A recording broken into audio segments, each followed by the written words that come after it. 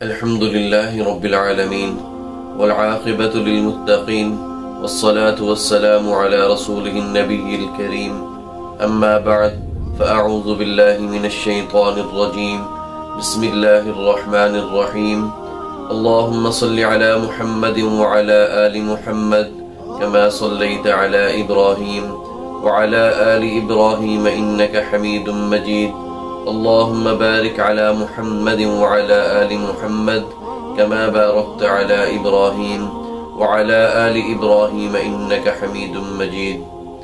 میرے محترم بھائیو بہنوں، سب سے پہلے العلق آفیشل آپ سب کو رمضان المبارک کی مبارکباد پیش کرتا ہے، اس دعا کے ساتھ کہ اس رمضان کو اللہ رب العزت ہم سب کے لیے برکتوں رحمتوں کے سمیٹنے کا ذریعہ بنا دے اور ہم سب مسلمانوں کی بخشش فرما دے۔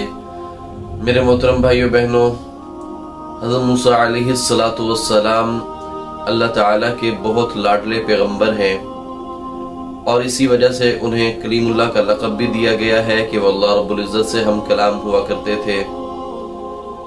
ایک مرتبہ حضرت موسیٰ علیہ السلام نے اللہ رب العزت سے ایک سوال کیا کہ یا اللہ، جتنا میں آپ کے قریب ہوں، آپ کو سن سکتا ہوں، آپ سے بات کر سکتا ہوں، کیا کوئی اور شخص بھی آپ کے اتنا قریب ہے؟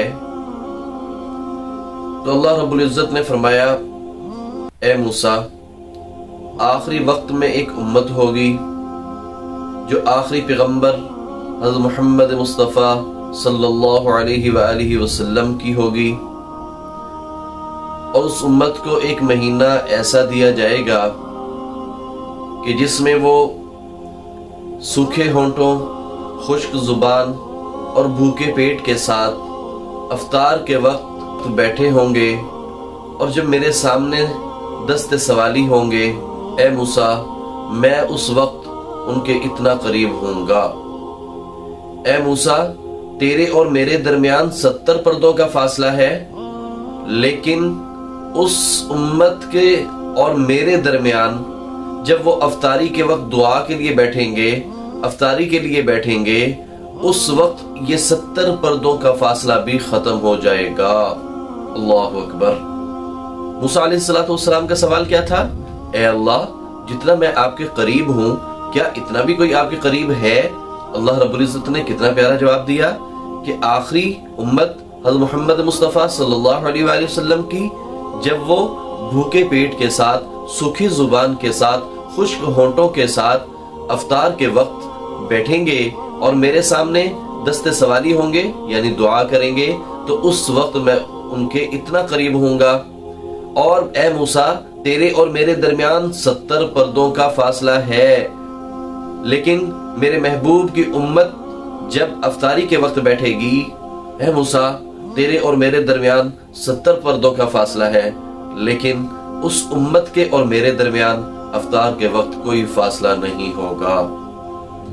پھر یہیں پر بات ختم نہیں فرمائی، آگے اللہ رب العزت کی ذات نے فرمایا کہ افطار کے وقت جب وہ دعا مانگیں گے، ان کی دعا کو قبول کرنا میری ذمہ داری ہوگی۔ اللہ اکبر۔ کتنا اللہ رب العزت نے ہم پر احسان کیا ہے، کتنی اللہ رب العزت کی ہم پر رحمتیں ہیں، اور بخشش کے بہانے ہی بہانے ہیں، مجھے اور آپ کو معاف کرنے کے بہانے ہی بہانے ہیں۔ اللہ اکبر۔ کتنا وہ بد نصیب ہوگا جو اس رمضان میں اللہ رب العزت کا قرب حاصل نہ کر پائے گا، کتنا وہ بد نصیب ہوگا جو اس رمضان میں اپنے تمام گناہوں کی بخشش نہیں کروا پائے گا، اور کتنا ہی وہ بد نصیب ہوگا جو اس رمضان کی برکتوں اور رحمتوں کو نہیں سمیٹ پائے گا۔ پھر اللہ رب العزت نے ایک اور بات ارشاد فرمائی، اگر میرے بندوں کو معلوم ہوتا کہ رمضان کیا ہے تو وہ خواہش کرتے، تمنا کرتے، کاش سارا سال رمضان ہی ہو۔ سبحان اللہ۔ میرے محترم بھائیو بہنوں، افطار کے وقت جب آپ دسترخوان سجا کر بیٹھتے ہیں، اس وقت بجائے باتیں کرنے کے آپ تمام اللہ رب العزت کے حضور دست سوالی ہو جائیں، دعا کرنے کے لیے ہاتھ اٹھائیں اور مانگتے جائیں اپنی گناہوں کی بخشش مانگے، اس امت کی گناہوں کی بخشش مانگے، اپنی اور تمام امت محمدیہ صلی اللہ علیہ وآلہ وسلم کے روزوں کی قبولیت کا شرف مانگے، اور اللہ رب العزت سے وہ چیزیں مانگے جو آپ کے دل میں ہیں، جو آپ مانگنا چاہتے ہیں۔ تو میرے محترم بھائیو بہنوں، افطار کے وقت خدا را باتیں کرنے سے پرہیز کیجئے، گریز کیجئے۔ باتیں تو ہم سارا سال کرتے آئے ہیں، اب افطار کے وقت اللہ رب العزت سے دست سوالی ہو جائیں۔ جو آپ کے دل میں نیک تمنائیں ہیں، نیک آرزویں ہیں، نیک حاجات ہیں، اب ان کے پورا کروانے کا وقت آ گیا ہے۔ اور پھر جیسا کہ میں نے آپ کو ابھی بتایا، افطار کے وقت جب بندہ اللہ رب العزت سے دعا کرتا ہے، اللہ رب العزت سے دست سوالی ہوتا ہے، تو اس وقت وہ دعا کو قبول کرنا اللہ رب العزت کی ذمہ داری ہے۔ لیکن شرط کیا ہے کہ وہ دعا صدق دل سے نکلی ہو، صدق یقین کے ساتھ نکلی ہو، اللہ رب العزت کی ذات پر توکل کے ساتھ کی گئی ہو۔